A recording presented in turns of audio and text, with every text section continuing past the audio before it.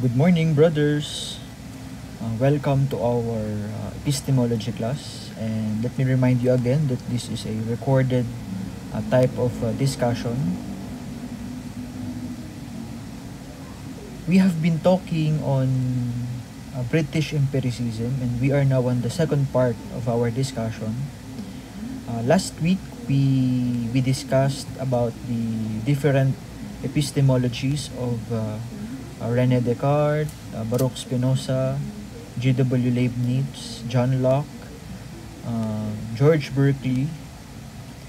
And now, we will now discuss on the last two British epistemologers, namely David Hume and Immanuel Kant. Before we formally begin, let us all pray. In the name of the Father, and of the Son, and of the Holy Spirit. Lord, true source of light and wisdom, give us a keen sense of understanding, a retentive memory, and the capacity to grasp things correctly. Grant us the grace to be accurate in our expositions, and the skill to express ourselves with thoroughness and clarity. Be with us at the start of this work. Guide its progress and bring it to completion. Grant this through Christ our Lord. Hail Mary, full of grace, the Lord is with you. Blessed are you among women, and blessed is the fruit of your womb, Jesus. Holy Mary, Mother of God, pray for us sinners now and at the hour of our death. Amen. In the name of the Father, and of the Son, and of the Holy Spirit. Amen. Once again, good morning and welcome to our class. Ayan. So, pwede na siguro mag-Tagalog. Okay, so just like what I've said earlier, this is a recorded discussion of our lesson for today. And we will continue our discussion on the British empiricism, on the last two philosophers of this era. First, let us talk briefly on the life of David Hume. So David Hume was born on April 26, 1711 in a tenement on the north side of Edinburgh's Lawn Market in United Kingdom. He attended the University of Edinburgh at an unusually early age of either 10 or 12, but he didn't graduate. So according to my readings, itong si David Hume ay nanggaling sa not so poor and not so rich family.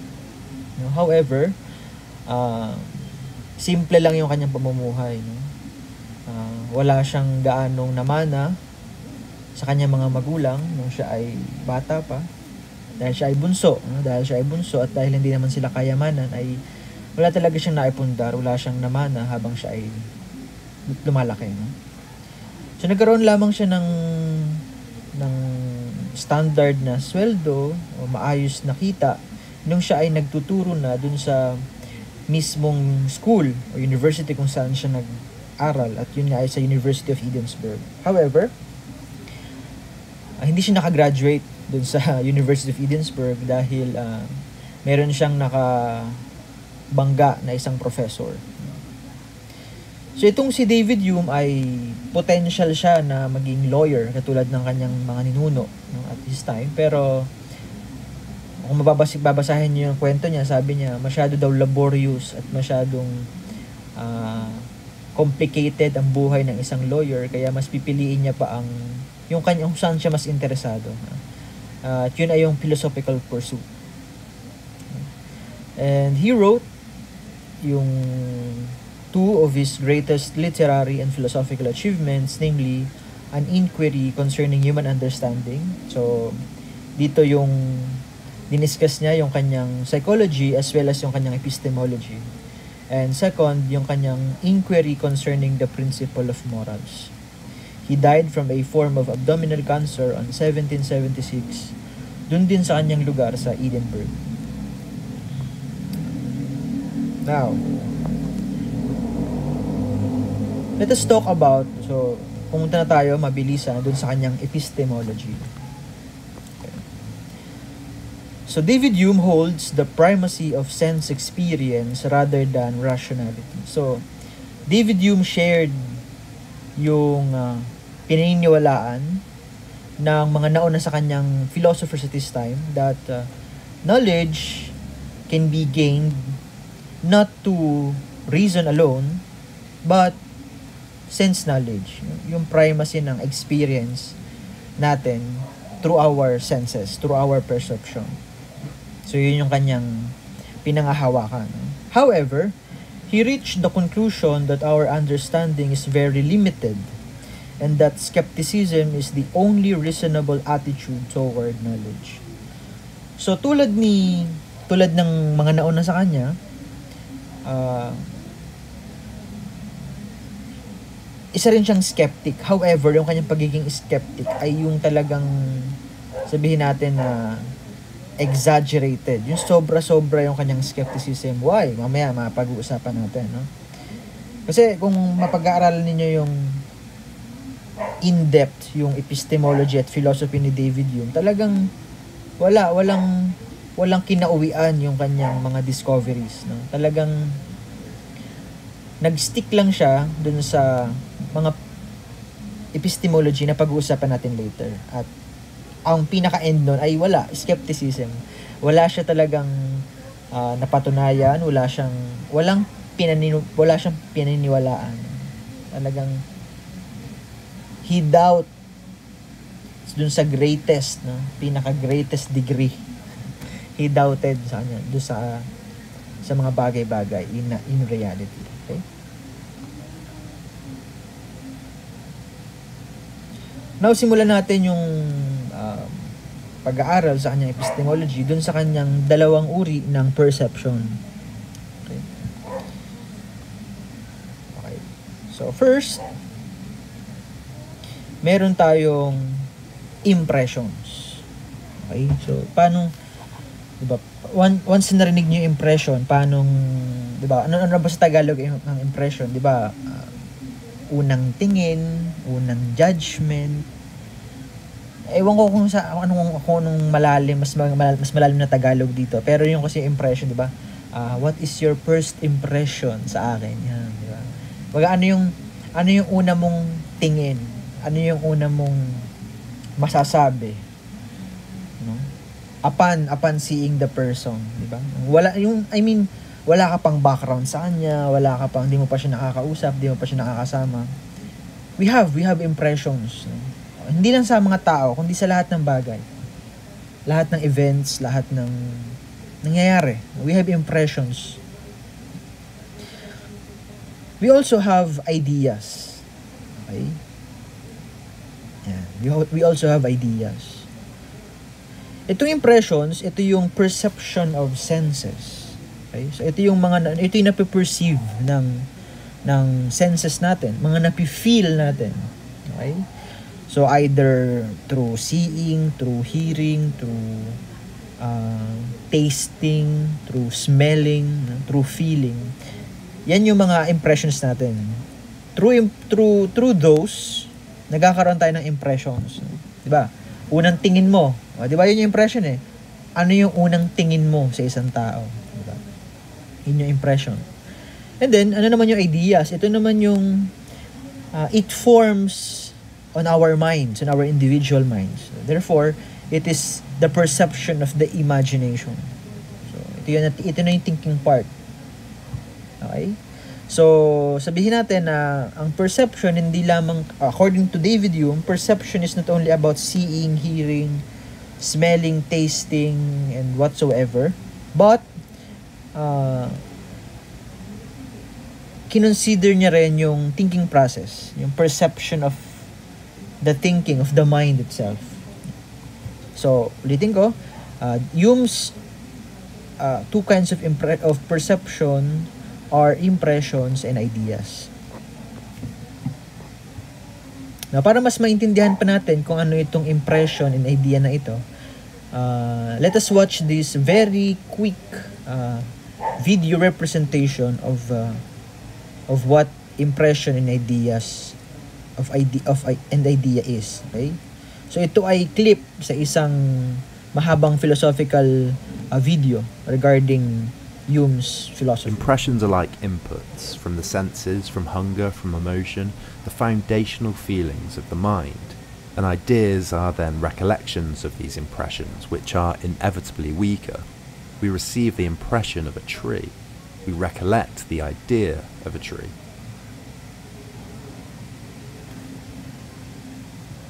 Ulitin natin ha, once again. So para mas maintindihan pa natin. Impressions are like inputs from the senses, from hunger, from emotion, the foundational feelings of the mind. And ideas are then recollections of these impressions, which are inevitably weaker. We receive the impression of a tree. We recollect the idea of a tree. Okay. So, dun tayo mag-focus dun sa last part ng video, di ba? So, we receive the impression of a tree. How do we receive it? Through our senses. Okay? Now, we recollect yung impression na yon through the idea. Through the perception of our thinking process. Okay? So, lahat daw ng nakikita natin, okay, lahat na nape-perceive natin to our senses, lahat yan ay impressions. Okay? Now, when we reflect on them, pag wala na sila sa harap natin, pag hindi natin sila nakikita, when we imagine them, yun ay nasa idea na tayo. Nasa idea na part ng perception. Okay? So, yun yung according kay David Hume. Now, how we create ideas. Okay? So, how we create ideas. So, kung dun sa kanyang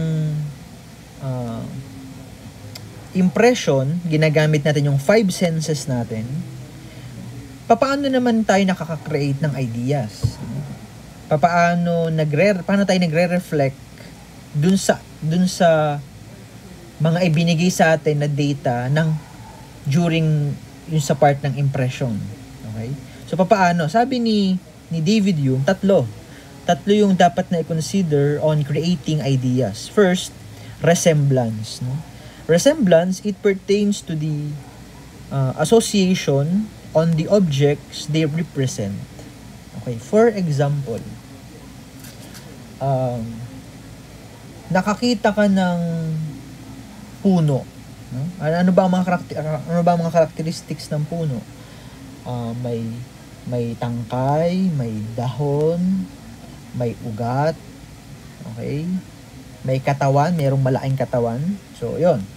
So, yun yung impression mo. Ano yung sinasabi namang resemblance dito? So, iisipin mo, lahat ng bagay na may dahon, lahat ng bagay na may tangkay, lahat ng bagay na may ugat, mare-resemble mo yon dun sa isang puno. Kahit ba siya ay munting halaman lang o kahit siya ay munting bush, no? Kahit bush lang siya, ang nasa idea mo ay puno ito, no? Kasi magkakamukha, resemblance, no? May association na nabuo, no? Merong pagkakahawig, may pagkakamukha. Yung nakita mong isang puno at saka yung iba pang mga puno. Okay, resemblance. So, parang inaano lang natin, parang ito pareho to, pareho sila. Iisa lang sila. Okay? So, yun yung resemblance. Pangalawa, contiguity. The objects they represent are near to each other in time and space. For example, balik tayo sa puno. Yung puno, meron dong ibon na naandun sa isa sa mga sanga. Nakatayo dun sa isa sa mga sanga ng puno. Now, mayroon na tayong idea na may isang puno at mayroong isang ibon na nakatayo sa isa sa mga sanga ng puno na yon. So, Dahil magkasama sila, they are near. Yung two objects na yon ay magkasama in time and in space, no? Spatio-temporal. So may nagka-idea tayo ng isang ibon na nasa puno. Dahil nakita natin yon. Then, third, cause and effect. The objects they represent are causally related. So, ano ang magandang example dito? Ay, magandang isipin natin yung bilyar, for example. Yung bilyar na lang. No? You have billiard naman dyan sa seminary, di ba? Paanong nagka-idea tayo ng bilyar? No? Alam natin na ang bilyar, once na ang isang billiard ball ay bumangga sa isa pang billiard ball, gugulong yung isang billiard ball para sumut siya dun sa butas, no? Para magkaroon ka ng points, no? So ang cause dun sa particular area na yon, di ba? Ang cause dun ay yung tao na tumira dun sa isang billiard ball, at yung billiard ball naman na yon, dahil tinira siya, ang effect nun, tatama siya sa another billiard ball. Okay? So yun yung cause and effect. Nagkaroon tayo ng idea ng bilyar dahil sa bagay na yon. So every time na nakakakita ka ng ganon, iisipin mo, bilyar yon. Every time na nakakakita ka ng puno na ganon ang itsura, puno yon. Okay? Every time na nakakakita ka ng ibon na nasa sanga ng puno, ganun yon. Okay? Kumbaga, kay David Hume, yung reality sa kanya ay naandun lang sa paulit-ulit na nangyayari sa buhay natin. Meron nga siyang sinasabi niya yung custom and habit. Yun yung guiding force ng buhay natin. Yung alam niyo yung 'di ba, yung nasanay tayo na palaging yun ang nangyayari. Na palaging kapag tinira mo yung isang bola ng bilyar, obligado may tatamaan siyang another ball ng bilyar. So, at parami pang iba. Any examples under the sun? No, lahat ng mga bagay na kinasanayan natin. Mismo yung paggising natin, no? Yung paggising natin araw-araw, di ba? Nabubuhay tayo na parang entitled tayo na magising araw-araw. Nakasanayan natin eh. Custom na, habit na. Yung pagdadasal ng breviary, di ba? Cause and effect yan. Di ba? Ang cause, magdadasal ka. Anong epekto nun? Magiging banal ka. Ganon. Nasanay tayo. Nasanay tayo dun sa mga bagay na yan. Kaya, ang tanong sa atin ni David Hume ay, how do we live our lives effectively with no guarantee of what we know from experience repeating next time? Ito yung magandang iniwan na tanong sa atin sa epistemology ni David Hume. Papaano kung dumating yung oras na yung mga bagay na kinasanayan natin hindi na maulit? Diba? Papaano yun? Real pa ba yun? Reality pa ba yun na maituturing kapag hindi nangyari yung kinasanayan natin? Ito yung magandang tanong na iniwan niya sa atin. How do we live our lives effectively with no guarantee of what we know from experience repeating next time? Diba? I know na nagsimula pa lang tayo ay mahirap nang intindihin. Of course, no? Itong dalawang pag-usapan natin ngayong umaga na to ay mahirap talaga silang intindihin, for sure, no? As personal experience ko, mahirap talagang pag-aralan yung philosophies ni David Hume at tsaka ni Immanuel Kant. Kaya I am trying my best to just, alam mo yun, share with you yung pinakamababaw tsaka pinakamadaling paraan para maintindihan natin yung epistemology niya. Okay? Ganun pa man, ang pinakamahalaga dito sa dito sa kanyang epistemology ay yung perception, yung dalawang kinds of perception na yung impression, no? And the idea o yung reflection ng impression. Okay?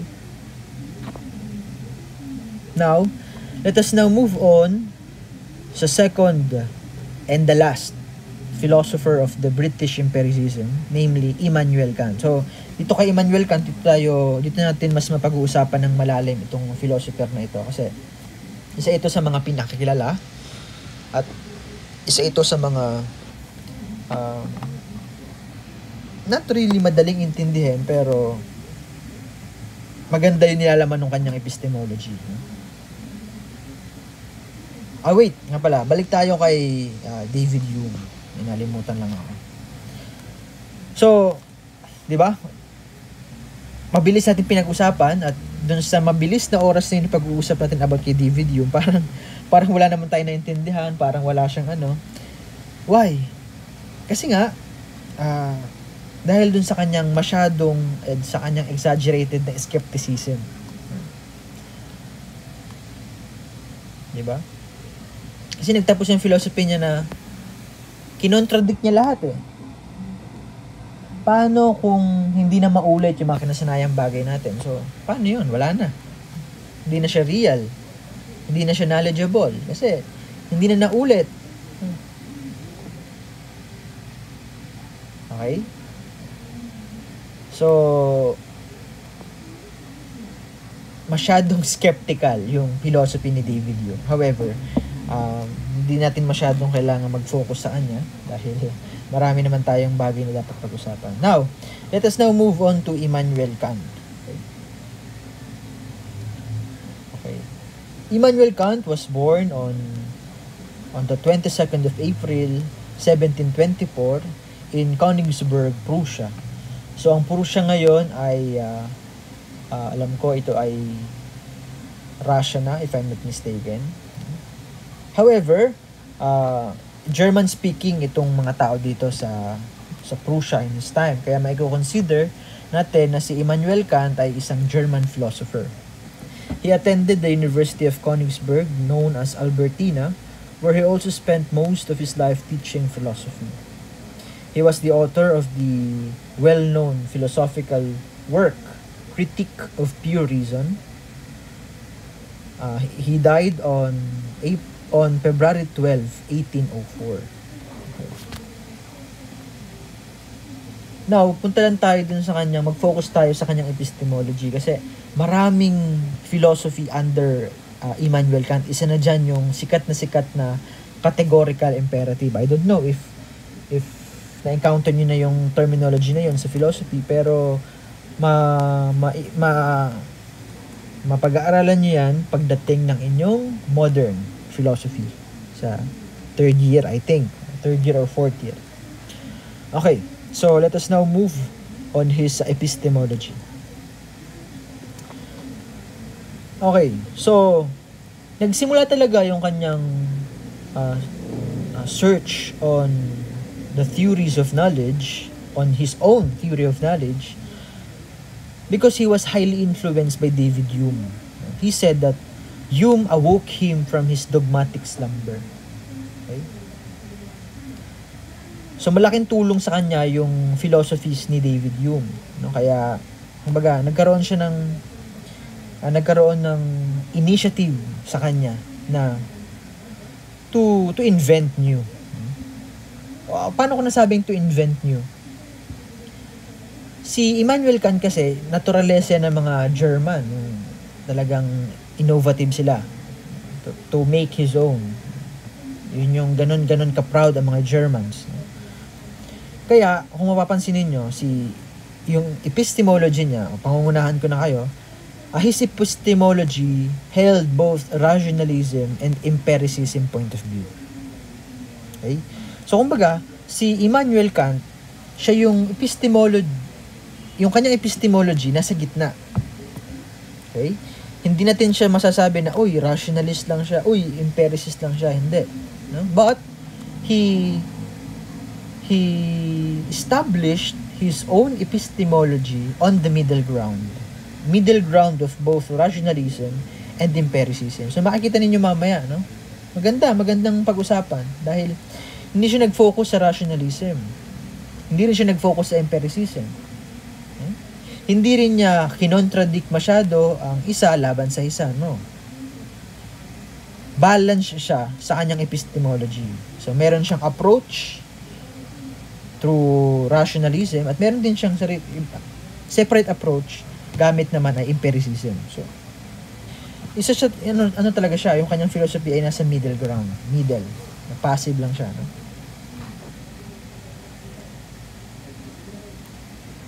Now, magsimula tayo dun sa kanyang classification of judgment. So, ito talaga yung pinaka-focus ng kanyang philosophy, itong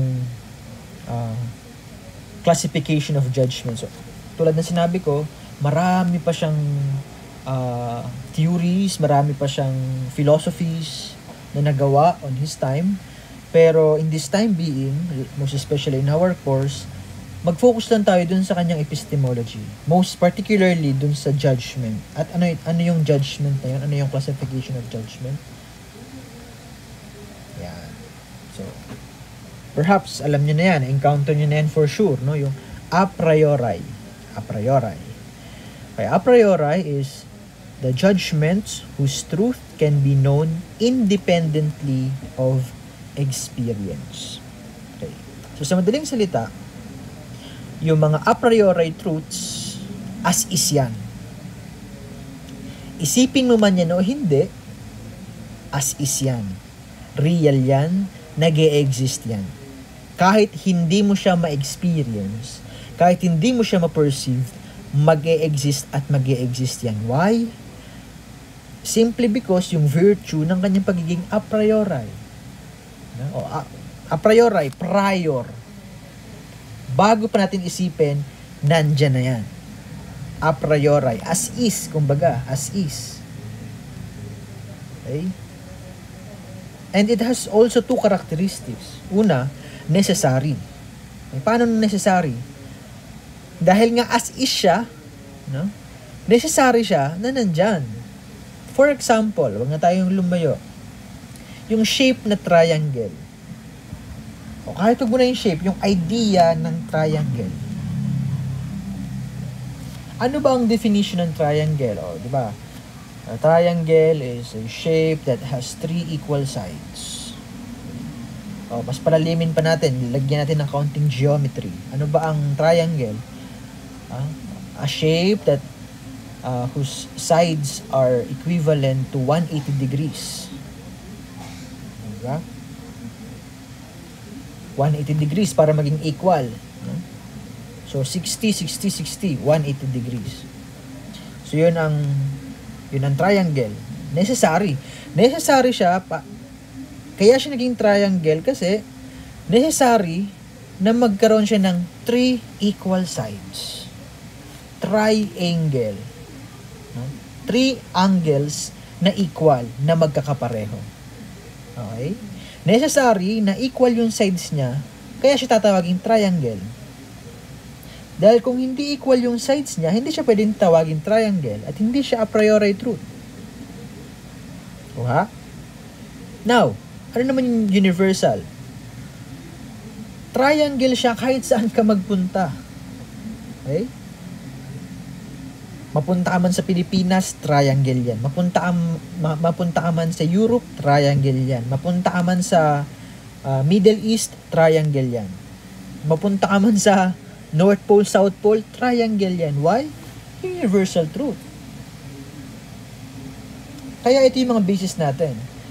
If a thing, or if an idea, or if a truth is necessary, and if it is universal, then it is a priori truth. Ito yung basis natin. Dapat necessary siya, na nandyan siya. As is. And then universal, pinaniniwalaan siya ng lahat. A priori truth. Ngayon, ano naman yung kapartner niya? Kung may a priori, meron tayong a posteriori. Okay? Whose, or judgments, whose truth can be known only through experience. Okay? So ito naman, Ito naman ay mga truth na hindi siya as is, pero kailangan mo munang ma-experience para masabi mo na ito ay totoo, na ito ay real, na ito ay existing. Okay? A posteriori. Name. Magsabi ka na ng lahat ng pwede mong ma-experience. A posteriori yun. Okay?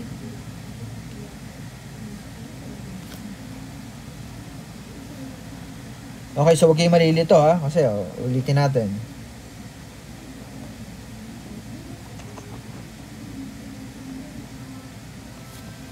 Okay. So ito yung unang yung first two na dapat tandaan. A priori and a posteriori. A priori, ito yung mga truths independent of experience. So without experience, they are true. Without experience, they are true. A priori nga. Now, ang a posteriori, they are true when they are experienced. They are true when they are experienced. So, a priori and a posteriori, yan yung first two. Dagdagan pa natin. Now, meron tayong analytic. Okay? Analytic are judgments about a thing which give no information about the thing. It is true by its definition. Okay, ito yung sinasabi ko kanina, sorry. Dito pala yon yung as is. As is. Itong judgment, itong truth na ito, or statement na ito, kapag ka binasa mo, and when you analyze it, as is, no? Walang anything na nabago, walang anything na nabawas. As is siya. No? Everything in the predicate is already in the subject. Okay, so, pag-reviewin natin yung grammar natin, okay? So, ano bang meron sa subject, anong meron sa predicate? So, ang subject, siya yung pinag-uusapan. Okay? Siya yung pinag-uusapan. Siya yung main topic ng sentence, that is the subject. Ano naman yung predicate? Ang predicate ay anything na nagde-describe o kaparallel, okay? Kaparallel nung nasa subject. Okay, dapat equal lang yung subject sa predicate. Okay, dapat nagtutugma sila. Now, sabi dito, everything in the predicate is already in the subject. So, hindi na kailangan magdagdag pa ng ano pa man dahil, yun na Yun na as is.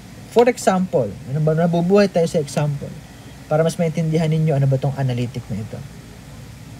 All sons are male. Oh. Itin ko ha. All sons are male. Nasaan dyan ang subject? Okay. Ang subject dyan ay syempre yung sons. No? Yung sons. Yun ang subject. All sons. Sons. Nasaan naman dyan ang predicate? Yung male. So siya yung nag-describe sa sons. Now, if we analyzed it, kung titignan natin, oo nga no. Wala namang nabago. Walang nadagdag. Dahil sadya, alam naman natin, as is, no? As is, na pag sinabing anak, lalaki yan. Okay? Sa English language Sa English language. Kasi pagdating sa ibang language, most especially sa language natin, sa mga Filipinos, pag sinabing anak, general term yan. Either lalaki yan o babae. Pero in English, pag sinabing son, lalaki yan. Male yan. So, all sons are male. So, itong example ng statement na ito, itong truth na ito, ay isa siyang analytic judgment or analytic truth. Why? Kasi yung nandun sa predicate ay naandun na rin sa subject. Sons and male, equal yun. Pag sinabi mong son, sa English, automatic yun, male kagad yun. No? Yun yung gender ng word na son. Male. So, wala nagbago. Okay? As is, that is analytic. Ay, hindi ko pala nasama ang synthetic. Sorry.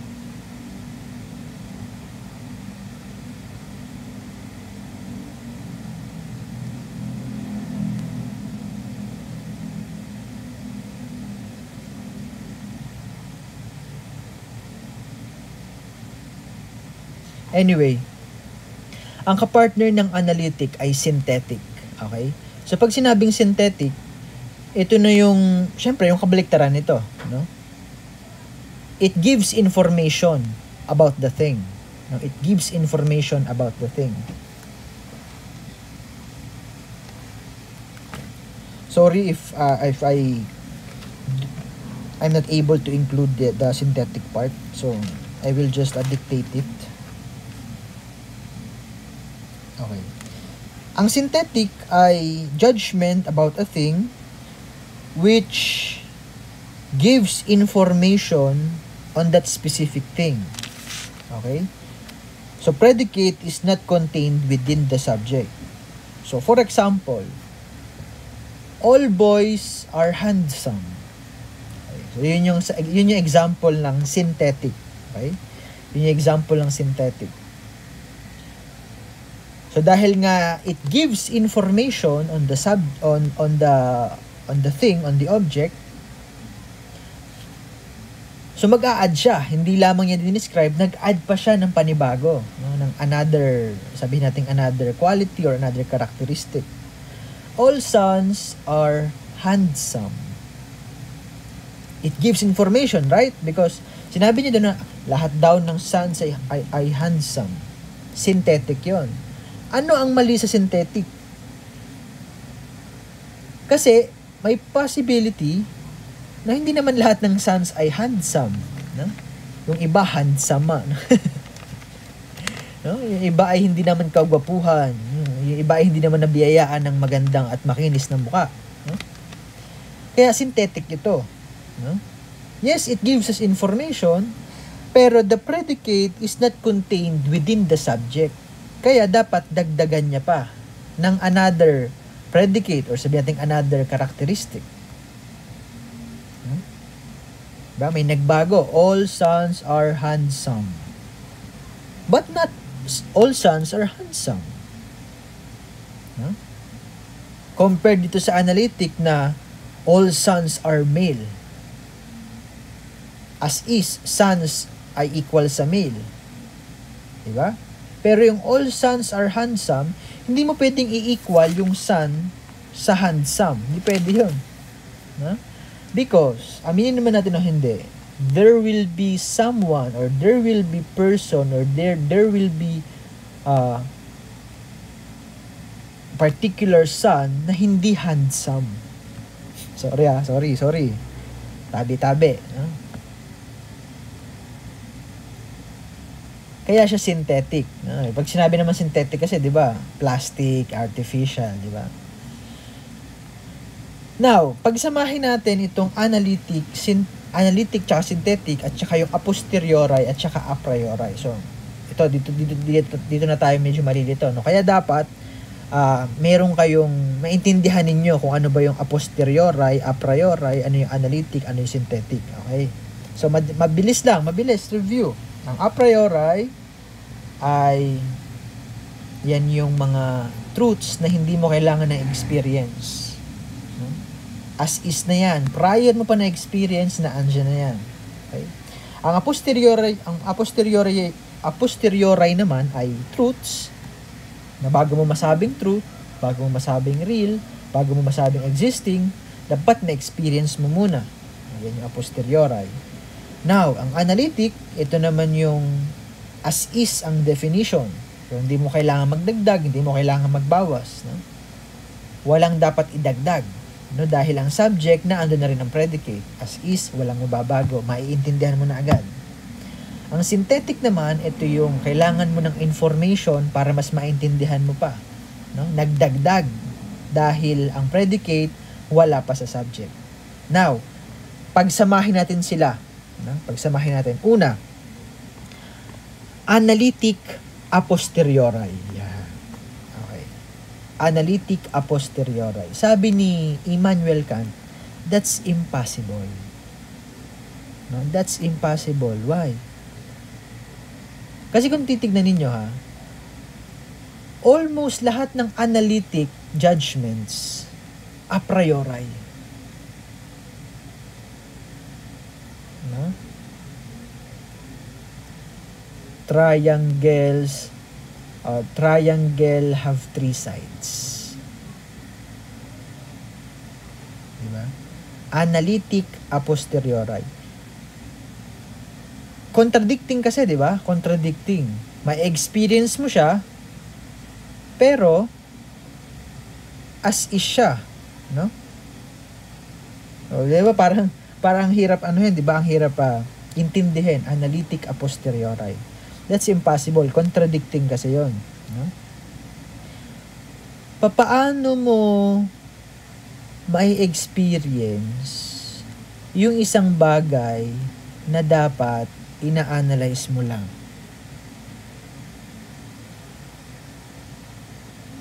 Diba? Don't be confused on my statement, na? Kasi kahit si Kant ay hindi niya talaga lubusang naipaliwanag ito, no? Dahil napaka-imposible, no? Contradicting itong analytic a posteriori na ito. Hindi siya possible. Next. Ito naman tayo sa synthetic a posteriori. Okay, so it adds new knowledge from experience. Okay. So adds new knowledge. So ganoon naman yung synthetic eh. It adds new knowledge, no? Synthetic siya kasi nag-add siya ng new knowledge. A posteriori siya kasi na-experience natin. No? For example, my dog is brown. Hindi mo siya masasabi na brown kung hindi mo siya na-experience. Hindi mo siya nakita. Hindi mo nakita na mayroong aso na ang kulay ay brown. Kaya siya a posteriori. Bakit naman sinabing synthetic? Kasi you add information para mas maintindihan natin ano ba itong dog na ito. No? My dog is brown. Synthetic yon. Ano ang analytic ng my dog is brown? My dog is an animal. Analytic yon. Why? Because every dog is an animal. Walang dog na tao. Okay? Kaya siya synthetic a posteriori. Ulitin ko ha. A posteriori kasi na-experience mo siya. Nakakita ka ng aso na kulay brown ang kulay. Kaya siya a posteriori, na-experience mo. Bakit synthetic? Synthetic kasi you add new knowledge. Dinagdagan mo pa ng another description. Dinescribe mo pa yung aso na ito. Bakit? Kasi yung predicate, hindi pa siya yung meaning talaga ng dog. Kaya you add new knowledge. At ano yung new knowledge na yun? Yung brown na salita. My dog is brown. Kaya yung statement na yan, isa siyang synthetic a posteriori. Okay. Next. Punta naman tayo dun sa analytic a priori. So, ito yung masasabi ko na does not add knowledge kasi analytic. A priori siya kasi as is. No? As is siya. Anyway, ang meaning naman ng a priori at saka analytic ay mga standard or as is na mga truths. No? Analytic a priori. So parang ito na talaga, ito na yun.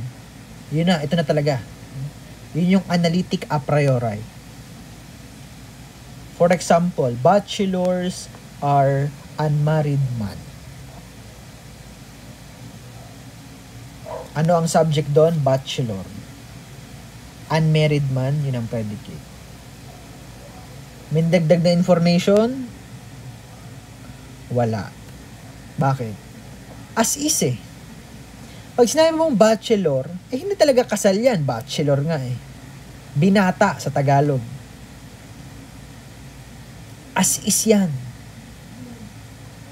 Kahit hindi mo yan ma-experience, kahit hindi ka makakita ng isang binata na walang asawa, na hindi kasal, mananatili siyang binata na hindi kasal.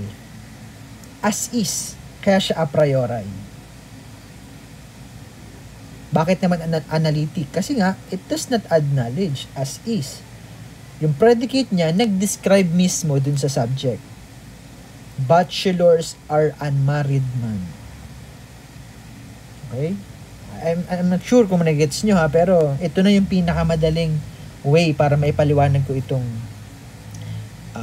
epistemology niya regarding classifications of judgments. Now, ito yung kanya talagang major contribution. Ito yung talagang diniscuss niya in depth ni Immanuel Kant. Yung kanyang synthetic a priori. Okay? Ito naman ay it adds knowledge without experience. Okay? Synthetic siya kasi it adds knowledge. Yes. A priori siya kasi hindi mo kailangang ma-experience. Okay? As is siya kahit hindi mo siya ma-experience. However, it adds knowledge. Hindi tulad dito sa analytic a priori na as is pero walang nadagdag. As is nga. Pero dito sa synthetic a priori, dinagdagan na ng knowledge. However, hindi mo siya na-experience. For example, 7 plus 5 is equals to 12. It adds knowledge. Why? Dahil 7 plus 5 is equals to 12. It adds knowledge. No? Bakit naman without experience? Wala naman kasi talaga sa reality na alam mo yun, yung real object o real bagay na 7, real bagay na plus, real bagay na 5, no? Real thing na equal sign, real bagay na number 12. Wala. No? Numbers are ideas. No? Nasa isip lang natin yan. Yan ang mystery ng mathematical equations, numbers. They do not exist, pero they are true. Huh? They are true. Kahit hindi mo sila makita. Kahit wala kang makita na talagang literal na number 7.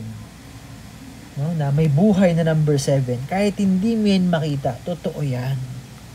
They are true. They are a priori truths. Ulitin ko ha, synthetic a priori, synthetic kasi may it adds knowledge, it adds information. A priori siya kasi without experience, as is. As is yun, yung 7 plus 5 is equals to 12. Necessary yun.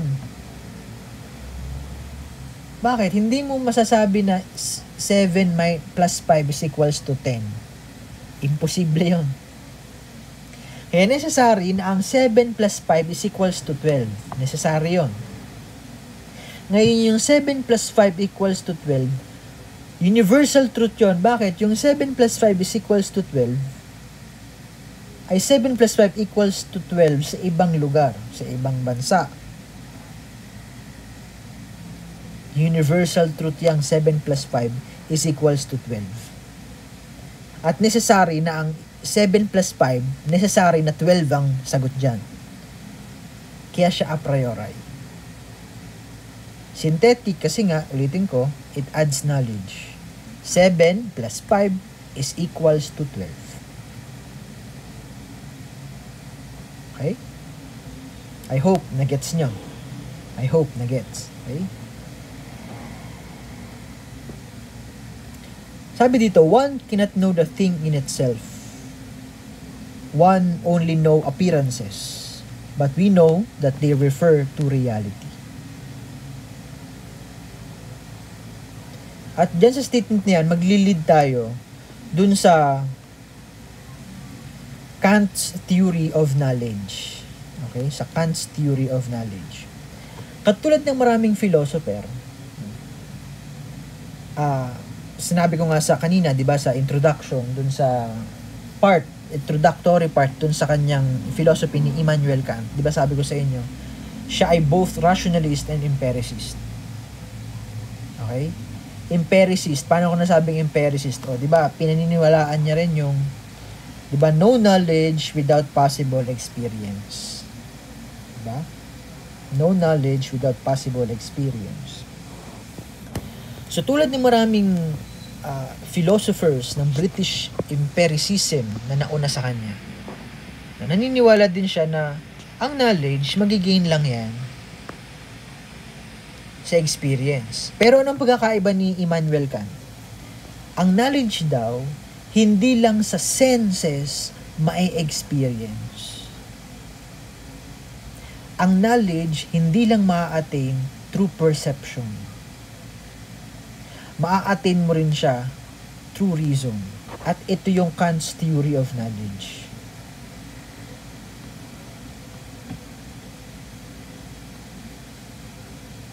No knowledge without possible experience. First,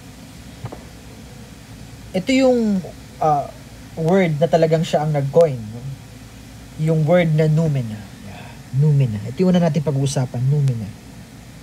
Ang example natin ay sabihin natin puno. Yan ang example ng noumena. The world in itself. The reality itself. However, reality siya pero unknowable. Okay? Why unknowable? World in itself. External world, kumbaga, the external world. Real siya, pero unknowable. No? Kasi si Kant, naniniwala din siya na, katulad ng ibang philosophers, every reality is outside our minds. They are unknowable. Okay? Ulitin ko ha. Any realities outside of our mind, sabihin natin, in the external world, lahat yan ay unknowable. Hindi ka sure. Kumbaga, noumena, the world in itself. Now, yung noumena na yan, para mas madali, wag muna natin sabihin na puno talaga. Wag natin sabihin na puno. Sabihin natin na plurality or ito na yung singularity ng pinagsama-samang dahon, pinagsama-samang sanga, pinagsama-samang ugat, pinagsama-samang atoms ng isang ganon. Isang puno. But, hindi pa talaga siya puno na nakikita natin. Mas madali pa. Yung nakikita ko na yan, according kay Kant, hindi pa talaga siya puno. Hindi mo yun pwedeng sabihin. Hindi ka pwedeng mag-conclude doon na puno agad yan. Hindi pwede. No, kasi nga, ang noumena, although real, unknowable siya. Now, yung singularity na yun ng lahat ng nakita mong components na liwanagan at pumasok yun sa senses mo, okay? Pumasok yan sa senses mo. Okay? At pagkapasok yan sa senses mo, yung senses kasi ang nagpi-filter, di ba? Yung nagpi-filter, yung senses natin. Once na pumasok yan sa senses natin, pupunta yan sa mind. At ano yung mind na yun according kay Kant? Yan yung phenomena. The noumena and the phenomena. Yan yung mahalagang part sa philosophy, epistemology ni Immanuel Kant. The noumena and the phenomena, which wherein noumena is unknowable. They are real, but they are unknowable. At ano naman yung phenomena? Phenomena, ito yung appearance nung nakita natin na component or the singularity of a tree. May quotation. Yung tree, may quotation siya, no? Phenomena. Kasi, yan yung na-experience mo eh. Yan yung nag-appear sa'yo through your senses. Okay? So, doon pa lang, tsaka pa lang papasok yung phenomena. Tsaka pa lang papasok yung shape of a tree. Kasi sa noumena, sasabihin natin, idea of a tree. Idea of a tree lang yan. Hindi pa talaga siya yung literal na tree. Pero once na pumasok yan sa senses mo, finilter ng senses mo through intuition, nag-appear siya sa utak mo as phenomena. So, hindi na siya ideal tree. Kumbaga, hindi siya na siyang tree, pero appearance lang. Kasi yun lang yung na-experience mo, yun lang yung nakita mo. So, wala pa talaga. Wala siyang konkretong, kahit nasa isip mo yan, syempre nasa isip mo nga, hindi siya konkretong puno. Kumbaga, nabuo lang, dahil nga napagsama-sama mo na through your senses, and through your intuition, napagsama-sama mo na yung components na, oy, dahon, oy, oy, sanga, oy, may katawan, may katawan siya, meron siyang ugat. Na filter ng senses, ngayon, doon mo palang masasabi through the phenomena, through your mind, na ito ang appearance ng isang puno. Okay? Medyo komplikado, di ba? Now, according to Immanuel Kant, dito masasabi na isa rin siyang rationalist. Sabi ni Kant, yung daw utak natin, meron na talaga yung sabihin natin, may mga components na yan, o may something na dyan, na enables us to know things. So, hindi blank slate. Why? Kasi, meron na daw naka-built-in sa utak natin na magka-categorize ng lahat ng nakita natin.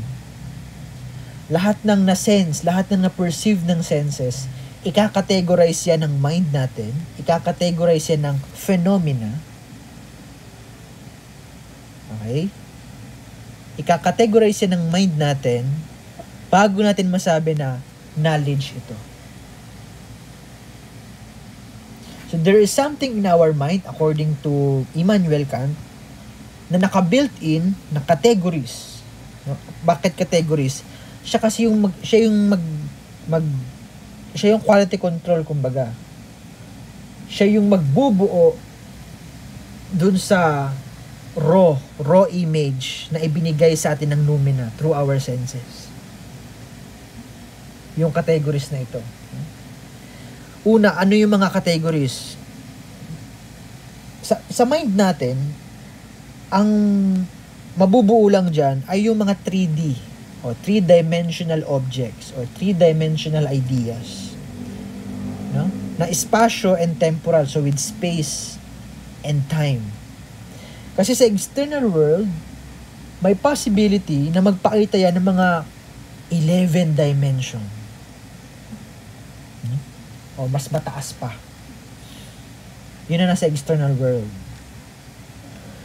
At yun, hindi yung kayang i-grasp ng utak natin, yung mga 11D dimension o 11 dimension na mga objects. Hindi kaya. Paano mo i-create yun? Sige nga. 11 dimension. Baka out of this world na yun. Pero dahil na-filter na siya ng senses natin through these categories, ang pumasok na lang sa isip natin ay hindi na yung 11D na ipinapakita ng external world, kundi yung 3D object. Ano pa? As is na sa utak natin na may mga bagay or halos lahat ng bagay, cause and effect. Na ang isang bagay, bago mangyari, kailangan merong munang magti-trigger sa kanya para mangyari yung bagay na yun. Yung effect, kailangan magkaroon ng cause. Kasi kung walang cause, hindi mo masasabing effect yun. As is daw yun sa utak natin, sabi ni Immanuel Kant. Ano pa? Unity and plurality. Yan tulad na sinabi ko kanina. No?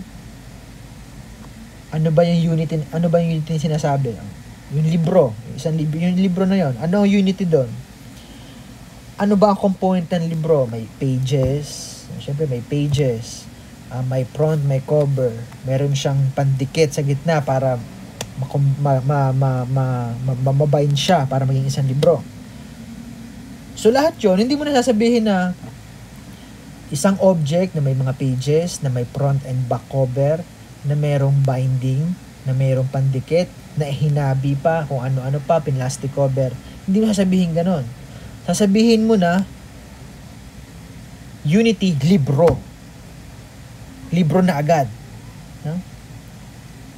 Dahil wala namang tao na magsasabi na, for example, unan, ano ba ang component ng, ay, humiga ako dun sa malambot na may cover na na mabango na. Hindi mo sasabihin ganun eh. No? Ang sasabihin mo ay una na talaga. No? Sana nagigets nyo ha. Sorry. Okay, we are now on the categories. And then, our mind is also capable of knowing ano ang reality at ano ang fiction. Yun ay according kay Immanuel Kant.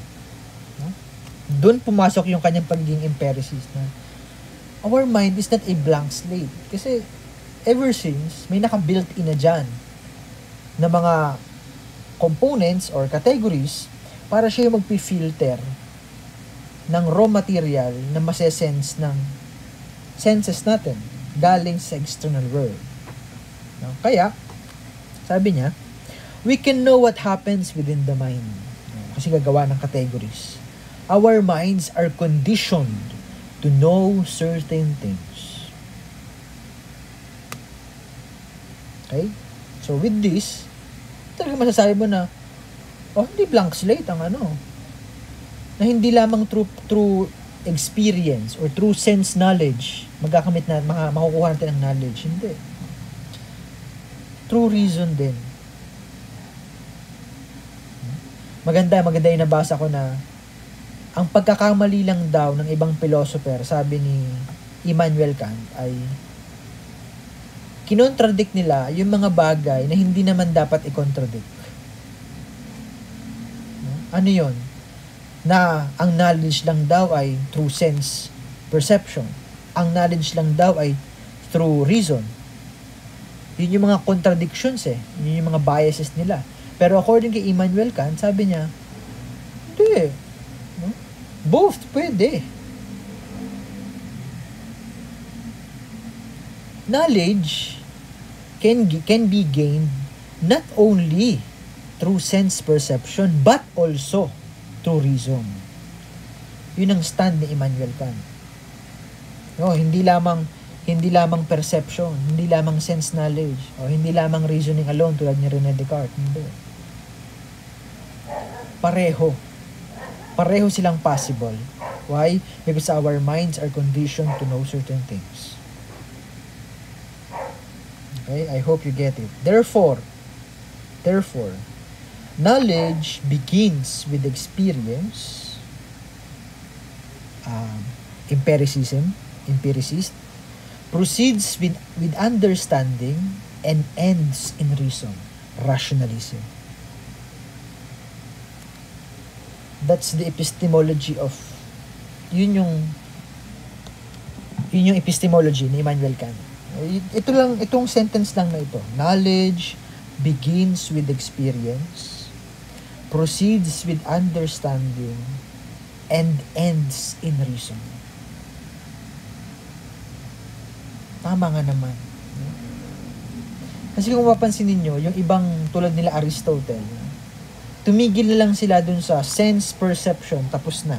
Knowledge na agad. Pero kay Immanuel Kant, hindi eh. May continuation yung na-perceive mo through senses. Ano yung continuation na yon? Na naintindihan mo. At sa pagkakaintindi mo, nagkaroon ka ng judgment. Nagkaroon ka ng reason. Okay? So with that, we end our discussion on British empiricism. So I hope ay nakuha ninyo kahit yung gist lang. Paulit-ulit ko itong sinasabi. We are not subject to understand all things in philosophy, but to understand but to understand the very gist or the very essence ng mga philosophies ng iba't ibang philosophers. Yun lang. Magka-idea lang sapat na. Yung ma-major mo yung isang philosopher, bonus na yun. sa fourth year nyo na yun in your thesis. Pero for now, what's matter, makuha ninyo yung idea. Ano ba ang philosophy ni ganito? Ano yung philosophy ni ganyan? Paano siya na ganun? Yun lang. Yun lang inaasahan ko sa inyo. Why? Bakit yun lang? Kasi I know, mahirap pag-aralan ang philosophy. Most especially itong part na ito ng epistemology. Kaya, brothers, ako to be honest, hindi ko major ang epistemology. Hindi ko major itong epistemology nito. Kaya, with you, I am also studying. Hindi lamang kayo nag-aaral. Kahit ako, binabalikan ko yung epistemology classes ko noon. No, kaya, sabay tayong nag-aaral. Sabay tayong natututo pare-pareho. Okay? So, hindi pa tayo tapos for today. Mag-proceed na tayo sa ating live na classes. Although tapos na ang discussion, pero I still have announcements na dapat kong sabihin sa inyo after this. Once again, thank you and see you back. Let's go back sa ating Google Meet, sa ating live na discussion. Thank you and